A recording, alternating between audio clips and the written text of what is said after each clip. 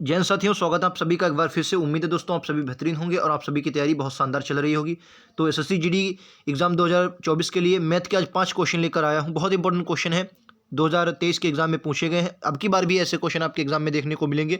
5 में से आप कितने सही करेंगे आप जरूर बताएं, ठीक है। चलिए, आज का पहला क्वेश्चन आप सभी की स्क्रीन पर ये रहा। राइट आंसर क्या होगा आप भी लगाइए, मैं भी लगा रहा हूँ, बताएंगे कौन सा राइट आंसर होगा। पहला क्वेश्चन बहुत सरल क्वेश्चन है और अच्छे भी क्वेश्चन है। मैंने हर प्रकार के क्वेश्चन इस वीडियो में रखे हैं। पहला क्वेश्चन है कि एक कॉलेज में 2 कोर्स होते हैं, ठीक है। एक कॉलेज में 2 कोर्स होते हैं। एमकॉम कह रहा है, एमकॉम में 500 में से 445 छात्र पास हुए, जबकि एमए में 2000 छात्रों में से 1500 छात्र पास हुए। तो कॉलेज का संयुक्त पास प्रतिशत क्या है आपसे पूछा गया। तो देखिए, अगर मैं पहले कुल छात्र निकाल लूँ तो आप देखेंगे यहाँ पर 500 छात्र हैं और यहाँ पर छात्र हैं 2000। तो यानी कुल मिलाकर मेरे पास छात्र कुल कितने हैं, 2500 कुल मेरे पास छात्र हैं, ठीक है। जिनमें से 450 दोस्तों यहाँ पर पास हुए हैं और 1500 पास जो है वो एएमए में पास हुए। तो कुल मिलाकर अगर मैं देखता हूं तो 15 4 19 1950 विद्यार्थी पास हुए। कितने विद्यार्थी पास हुए हैं, 1900। यानी कि 2500 में से पास कितने हुए, तो क्या बोलेंगे आप, 1950 पास हुए। इनका परसेंट निकाल लेंगे, परसेंट के लिए आप 100 लगा लेंगे, ठीक। काट पीट लीजिए, 2 जीरो से आपके 2 जीरो चले जाएंगे, ठीक है। अगर मैं इसको 25 से आप काटेंगे, 25 से काट लीजिए, या तो आप 5 से काट लीजिए, 5 से छोटे पर 5 से काटेंगे तो 5 से यहाँ पर काटेंगे, 5 तियाँ 15, 4 बचा, 5 नाम 45, ठीक है। एक जीरो आ जाएगा। फिर से 5 से काटिए तो 5 सत्ते 35, 4 बचा, 5 अट्ठे 40। क्वेश्चन का राइट आंसर 48% हो जाएगा। तीसरा क्वेश्चन का राइट आंसर हो जाएगा, ठीक है दोस्तों। मैं अभी हल कर रहा हूं, अगर आप अपने आप हल करना चाहते हैं तो वीडियो को रोक लें, फिर अपने हल कर लें, उसके बाद आप देख लें सही या गलत आंसर कौन सा होगा आपका। अगला क्वेश्चन ये लीजिए, ये थोड़ा अच्छा क्वेश्चन है, आप इस क्वेश्चन को ध्यान से पढ़िए और राइट आंसर दीजिए। ये अच्छा क्वेश्चन है, अगर आप इसे समझ पाए तो बहुत सरल क्वेश्चन है, अगर आप नहीं समझ पाएंगे तो ये कठिन क्वेश्चन भी आपके लिए हो सकता है। क्वेश्चन क्या करें, ध्यान से पढ़िए। कह रहा 2 व्यक्ति हैं ए और बी, मतलब 2 व्यक्तियों ए और बी के भार का जो अनुपात दिया गया 5:3 है।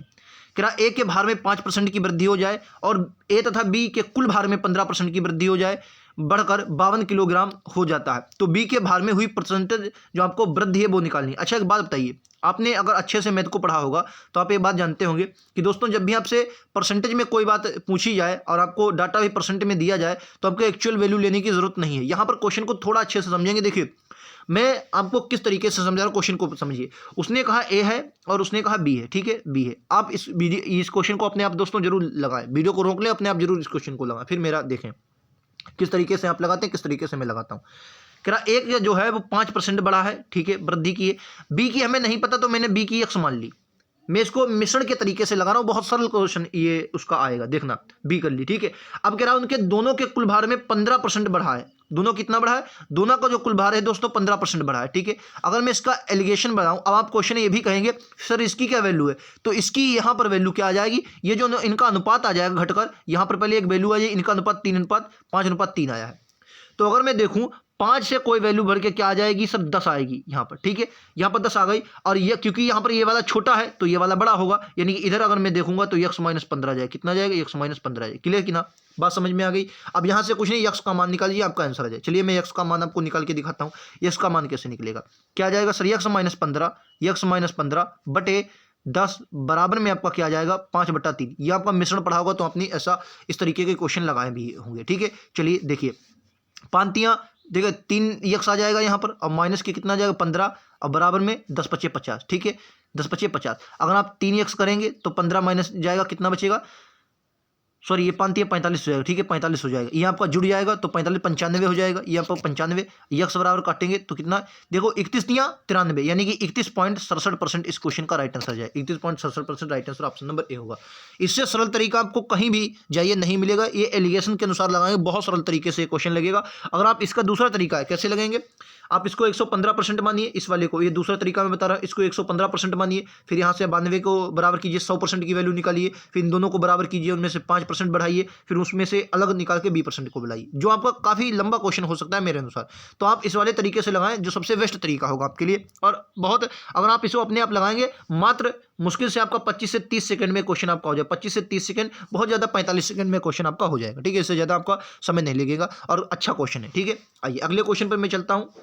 अगला क्वेश्चन ये देखिए, कह रहा एक्स और वाई, x/y और y/z के वर्गों का मध्यानुपाती आपको बताना है। मध्यानुपाती क्या होता है, देखिए मध्यानुपाती जो होता है, अगर मैं मध्यानुपाती निकालूं तो मध्यानुपाती का फार्मूला क्या होता है, a² = √AB, मतलब जो भी संख्या दी होंगी एक्स वाई। तो अगर मैं इसको डॉट, आपको नहीं पता है कैसे, मैं आपको बता देता हूँ, ठीक है। मान लिया पहली संख्या जो आपकी एक्स वाई है, ठीक है, यहाँ पर मध्यानुपाती में क्या होता है, ये मैंने ये मान लिया, ये मानी वो संख्या है, ठीक है। फिर ए आ जाता है और अनुपात वाई बटे जेड आएगा, ठीक है। इसमें क्या होता है, अपने अनुपात को पढ़ा होगा तो क्या होता है, पास पास वाले की गुणा दूर दूर वाले की गुणा होगी, ठीक है। लेकिन एक बात आपको ध्यान से पढ़ा होगा, पढ़े तो क्वेश्चन में क्या है, इनके वर्गों की बात की गई, यानी कि वर्गों के, यहाँ के एक्स स्क्वायर इसके ऊपर कर लीजिए, इसको वाई स्क्वायर कर लीजिए, इसको भी वाई स्क्वायर कर लीजिए, इसको भी जेड स्क्वायर आप कर लीजिए, ठीक है। तो इन दोनों की गुणा होगी तो ये आपका क्या आ जाए, ए स्क्वायर आ जाएगा, ठीक है, बराबर में एक्स स्क्वायर बटे वाई स्क्वायर, ठीक है, ये इंटू में आ जाएगा वाई स्क्वायर बटे का जेड स्क्वायर, ठीक है। क्लियर है। अगर आप यहाँ से देखेंगे तो एक कट जाएगा, क्या कट जाएगा सर, वाई से वाई स्क्वायर कटा, तो यहाँ पर ए स्क्वायर बराबर आपका क्या आ जाएगा, एक्स स्क्वायर बटे जेड स्क्वायर, क्या आ जाएगा, जेड स्क्वायर आ जाएगा, ठीक है। अगर इसका आप स्क्वायर काटेंगे, हटाएंगे, तो ये भी आपका स्क्वायर हट जाएगा, तो ये बराबर क्या आ जाएगा, एक्स बटे जेड आ जाएगा। एक्स बटे जेड आपको कहाँ पर, एक्स बटे जेड ऑप्शन नंबर डी में दिया गया, ठीक है। आंसर क्या आ जाएगा, एक्स बटे जेड। इस क्वेश्चन को देख लीजिए, आपका आंसर लग गया है, ठीक है। उम्मीद है आपको समझ में भी आया होगा। आइए इस क्वेश्चन को देख लेते हैं, ये रहा आपका ऑप्शन नंबर डी, 100 डी, ठीक है। अगला क्वेश्चन नंबर अगला देखिए, ये भी अच्छा क्वेश्चन है, इसको भी आप बहुत अच्छे तरीके से कर सकते हैं, इसको भी आप एलिगेशन के तरीके से करें, बहुत सरल क्वेश्चन बनेगा। कह रहा कम से कम 50 और 80 के औसत अंक वाले दो छात्र ए और बी को मिलाने पर प्राप्त औसत 60 है, तो कक्षा ए और बी के छात्रों का अनुपात क्या है। सरल क्वेश्चन है। देखो मान लिया ए में 50 छात्र हैं भाई, बी में 80 छात्र हैं, इन दोनों को जब मिलाया तो ये आपके पास 60 बनकर आए हैं, 60 बनकर आए, एलिगेशन लगा दीजिए, मिस आपका ये 80 से 60 गया 20 बचा, 50 से 60 गया 10, मतलब 60 से 10 गया, ठीक है। तो आपका अनुपात क्या आ जाएगा, 2:1। इस क्वेश्चन का राइट आंसर विकल्प 3 होगा। क्लियर है। ये तो आपको मतलब मिश्रण आपने पढ़ा है तो ये आपको पता होगा कि इधर ज़्यादा से अगर 3 लगाना चाहें तो आप इस तरीके से भी लगा सकते हैं, ठीक है। 80 में से 60 जाएगा और 60 में से 50 जाएगा। एक इनमें क्या होता है, मैं अगर आपको थोड़ा समझाना चाहूँ तो इन दोनों के बीच की ही संख्या यहाँ पर बीच में रखी होती है, और देख लिया 50 और 80 के बीच में ही 60 आ रहा है। आइए अगले पर चलते हैं। लास्ट क्वेश्चन है ये आपका, और बहुत अच्छा क्वेश्चन है, सरल क्वेश्चन है। कह रहा 12 पुरुष या 9 महिला, ये या वाला आपको कॉन्सेप्ट और वाला, ये कॉन्सेप्ट आपको हमेशा रखने हैं, ये क्वेश्चन हमें ऐसे एग्जाम में आते हैं, ठीक है। कह रहा है 12 पुरुष और 9 महिलाएं या 9 महिलाएं किसी काम को 36 दिन में कर सकती, तो 16 पुरुष और 18 महिलाएं इस काम को कितने दिन में करेंगी। देखिए यानी कि 12 पुरुष हैं और यानी कि या मतलब बराबर 9 महिलाएं हैं, 9 महिलाएं किसी काम को 36 दिन में करती है, वो बात। अगर मैं यहाँ से क्षमता निकालूं तो 4 से काटोगे 3 पर, और सॉरी 3 से काटोगे 4 पर जाएगा, 3 से काटोगे 3 पर, यानी कि अगर 4p बराबर मैं निकालता हूं तो 3 ये आता है। यानी कि अगर मैं पुरुष और महिला की एफिशिएंसी क्षमता निकालता हूं तो क्या आ जाएगी, 3 बटे पुरुष और महिला की क्षमता, हाँ ठीक है, बटे 4, यानी कि 9 महिला, यानी कि इनकी क्षमता की बात करें तो पुरुष की क्षमता 3 है और महिला की क्षमता 4 है, ठीक है। 12 पुरुष और 9 महिला किसी काम को 36 दिन में कर सकते, ठीक है। तो यानी कि अगर मैं यहाँ पर क्षमता मैंने निकाल ली, ठीक है, तो p बटे अगर यम की बात करता हूँ, p बटे यम, तो p आपका 3 आ जाएगा और यम आपका कितना आ जाएगा भाई, कितना आ जाएगा 9, यम 4 आ जाए, ठीक है। अब इनमें से कोई एक ले लीजिए, मैंने मान लिया 12 पुरुष मैंने ले लिए। अगर मैं 12 पुरुष लेता हूँ तो 12 पुरुष जो है तो इनकी एक पुरुष की क्षमता कितनी है सर, 3, तो 12 पुरुष 3 क्षमता को 12 36 दिन की क्षमता हो गई। किसी कार्य को इतने दिन में करते हैं, 36 दिन में ही करते हैं। तो कह रहा है 16 पुरुष, तो 16 पुरुष तो 16 और एक पुरुष की क्षमता कितनी है सर, 3 प्लस 18 महिलाएं, 18 महिलाएं, एक महिला की क्षमता कितनी, 4, इसको गुणे इंटू 4। अब इनको पहले ऐड कर लीजिए, तो यहाँ से आप 12 गुणे 3 गुणे 36 आएगा, और यहाँ से आप जब करेंगे 16 48, ये आपका 48 बनेगा, और प्लस में आपका कितना बनेगा, 18 चक्कू 72, तो 72 और 48 जोड़ेंगे कितना बनेगा, 0 7 4 11 12 120, यही तो बनेगा। आइए इसको हल कर लेते हैं। यहाँ से आपका कह रहा है कितने दिन में करेंगे, नहीं x दिन में करेंगे, कितने दिन में, x दिन में।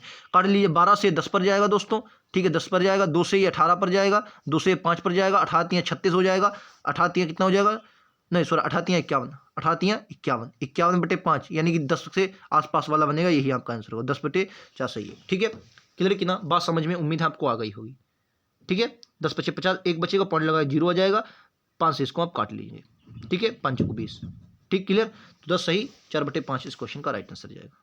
ये तो 10, ये तो गलत हो जाएगा, कुछ गलती, 18 3 54, सॉरी 18 3 54 नहीं, 18 3 नहीं यार, 18 3 54 होगा, सॉरी 18 3 54, 10 सही 4 बटा 5। क्लियर आप सभी को, उम्मीद है समझ में आ गया होगा। आइए तो ये थे आपके 5 क्वेश्चन, 5 में से आपने कितने किए जरूर बताएंगे। उम्मीद है आप सभी को समझ में आएंगे, अच्छे से आपने समझा होगा। जीएस रीजनिंग हिंदी लगातार मैं आपको क्लास से करवा रहा हूँ, आप ध्यान से देखिएगा। 2024 में मैं आपको प्रैक्टिस सेट के ही माध्यम से बहुत कुछ करवाऊंगा। उम्मीद है आप लोग अच्छे से पढ़ोगे। मिलते हैं अगले वीडियो में, आज के लिए इतना ही। थैंक यू दोस्तों, जय हिंद, जय भारत।